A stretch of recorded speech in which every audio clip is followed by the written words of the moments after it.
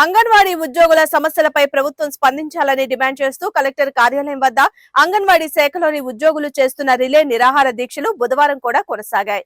ఈ దీక్షలకు మద్దతుగా సిఐటియు నాయకులు కూడా పాల్గొని అంగన్వాడీ సమస్యలను ప్రభుత్వం పరిష్కరించేంత వరకు సిఐటియు వారికి అండగా ఉంటుందని వారు హామీ ఇచ్చారు. ఈ సందర్భంగా కలిసిన మీడియాతో ఉద్యోగులు, జిల్లా నాయకులు మాట్లాడుతూ రాష్ట్ర ప్రభుత్వం ఎన్నికల్లో ఇచ్చిన హామీలను నెరవేర్చి ఖాళీగా ఉన్న ఉద్యోగాలను భర్తీ చేయాలని మాత్రమే తాము నిరసన తెలుపుతున్నామని స్పష్టం చేశారు. ఈ నిరసన కార్యక్రమంలో సిఐటియు నాయకులు శ్రీనివాస్, లక్ష్మీనారాయణ తదితరులు పాల్గొన్నారు. నా పేరు ప్రేమలత అండి. ప్రతిపాడు ప్రాజెక్ట్ నుంచి మాట్లాడుతున్నాను. మేము 6వ తారీఖు నుంచి ధర్నా చేయడం జరుగుతుంది, నిరాహార దీక్ష చేయడం జరుగుతుంది అనమాట. నా ముఖ్యది ప్రమోషన్ లిస్టులో హెల్పర్స్ చాలామంది ఉన్నారు. వాళ్ళకి ఇంటర్వ్యూ అయ్యి సంవత్సరం అయినా కూడా ఇంతవరకు ఆ ఖాళీలను భర్తీ చేయలేదు.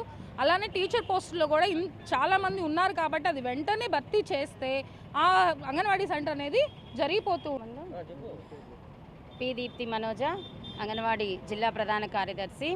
ఈ రోజుకి 3వ రోజుకి చేరింది నిరాహార దీక్షలు. ఇప్పటికి కూడా కనీసం ఎలాంటి చలనం లేకుండా ఉంది. సంవత్సరన్నర నుండి కూడా అంగన్వాడీ కేంద్రాల్లో ఒక హెల్పరు 2 బాధ్యతలు నిర్వహిస్తూ చాలా ఇబ్బందులు పడతా ఉంది. గత ప్రభుత్వంలో చేసిన ఇంటర్వ్యూలు మేమెందుకు ఇవ్వాలని ఒక పట్టుదలతో ఇప్పటి వరకు కూడా సాగుతూ ఉన్నాయి.